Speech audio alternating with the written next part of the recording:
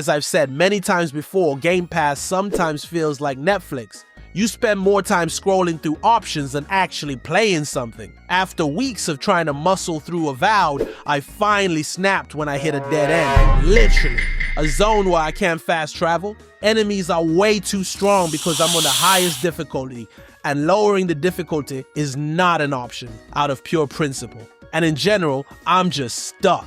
It's that retrieve the Adragon heart mission, and I've had enough. Every NPC looks like they're related to each other. The story's as engaging as watching paint dry. And for a fantasy game, the enemy variety is depressingly low. Sure, the combat system is decent, but the world's about as compelling as a cardboard cutout.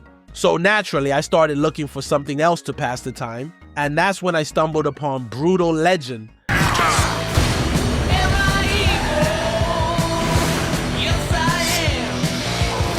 A game that I somehow missed when it first came out.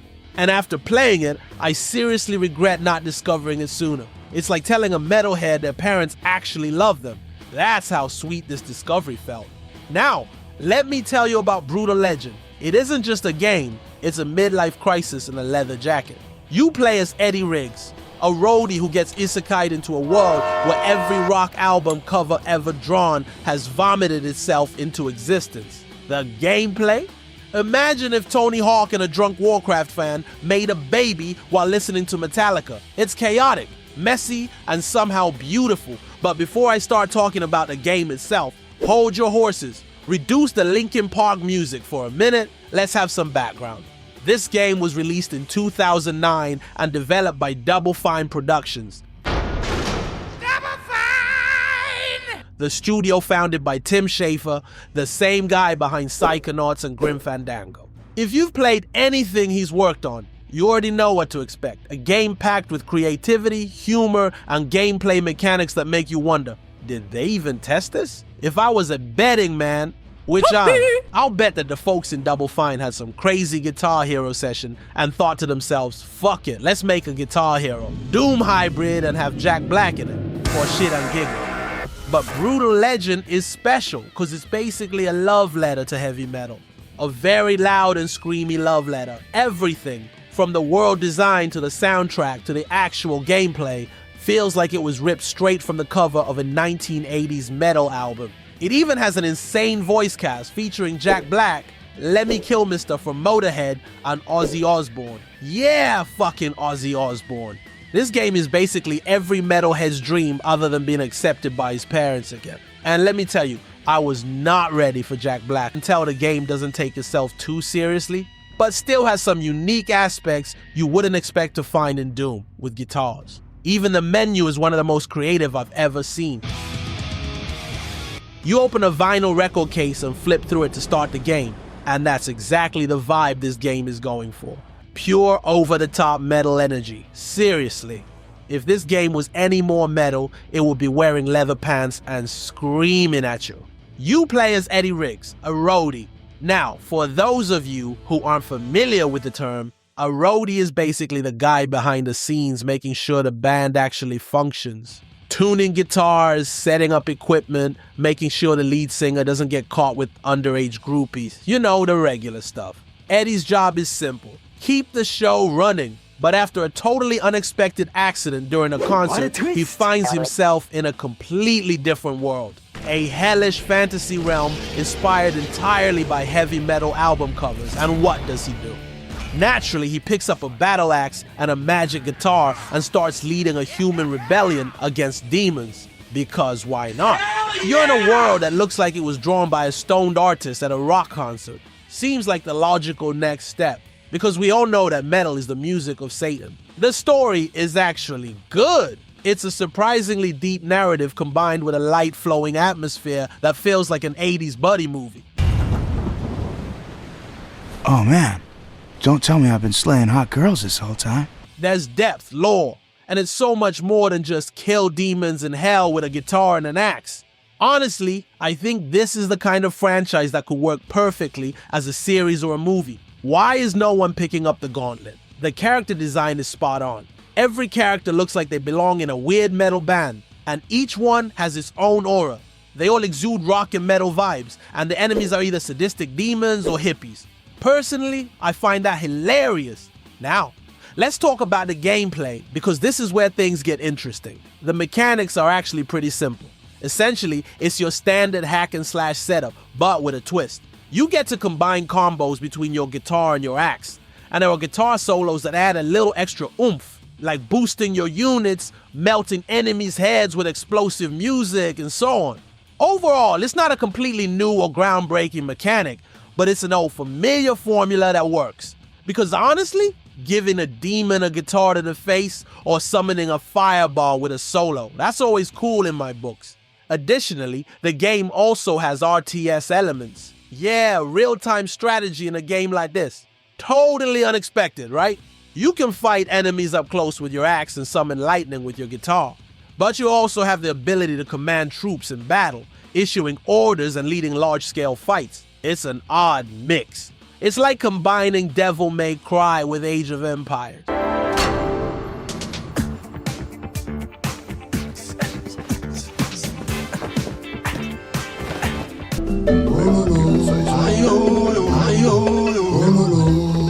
Sounds insane, and sadly, while you can see the potential, it just doesn't quite live up to it. At times it feels like you're trying to juggle flaming chainsaws while riding a unicycle. Awkward, unpredictable, and prone to crashing. But sometimes you feel like Ozzy Osbourne when he found that dove and gave her a bite of some good old rock and roll.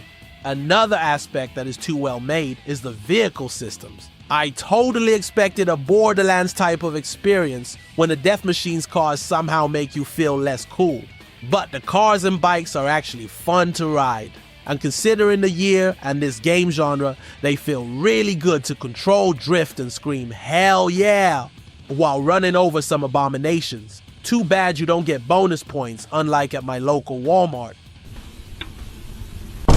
And if that wasn't metal enough for you, let me just remind you, Ozzy Osbourne is in this game. Let me repeat it for you. If your ears are too damaged, Ozzy fucking Osbourne is in the game. Well, it's about fucking time. He literally plays the guardian of metal, the guy who upgrades your weapons and powers and keeps your paint fresh, because a good metal warrior needs to keep his makeup game strong. That alone makes this game worth playing. I mean, come on, it's Ozzy. He's like the godfather of metal, but what really makes Brütal Legend stand out is the world and atmosphere. Every location, every enemy, every character design, it all looks like something pulled straight from a heavy metal music video. The soundtrack, absolutely legendary. Over 100 classic metal tracks from bands like Motorhead, Judas Priest, Black Sabbath, and more. This isn't just background music, it's what fuels the game. Blasting through enemies while Painkiller by Judas Priest plays. Perfection. It's like they designed the game to give you goosebumps while you obliterate demons, which, let's be real, is all we want in life.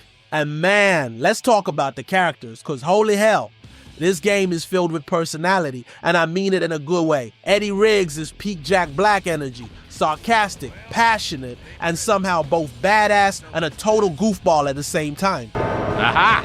Knew it! Big ugly demon.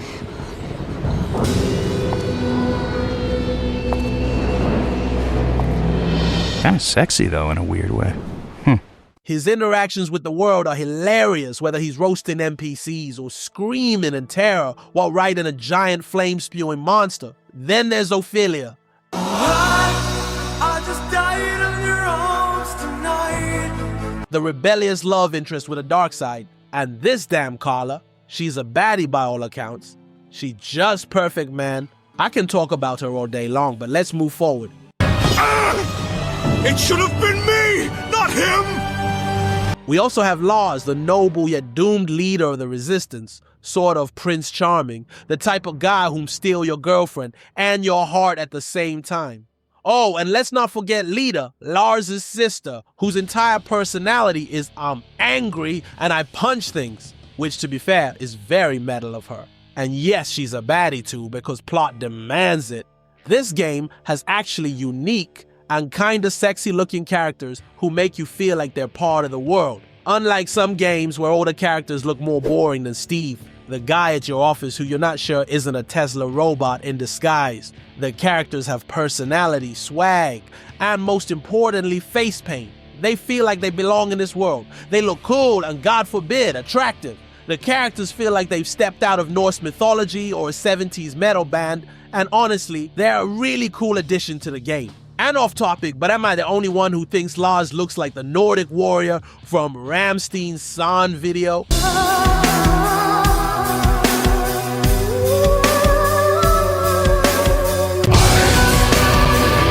And let's not forget about our goofy-ass villains. Absolute perfection. General Lionwhite, aka David Bowie, for example, is the most fabulous warlord queen in video game history. He literally flies around with his hair, and his entire army looks like rejected KISS members. Those hippie wannabes are insanely funny. We got a sweet gig here, and we're not about to let you greasebags ruin it. Guard! Riot! Walk out! Did I mention this game is funny as hell? Decapitation! Meanwhile, Diviculus, the actual big bad, is a sadistic, twisted demon, which probably enjoyed himself in some pleasure dungeon before the campaign started, voiced by Tim Curry. Why? You disrupt my industry, but I understand. Oh, because why the hell not? Tim Curry plus demons equals gold. You know what else we have? Gore. This game does not hold back.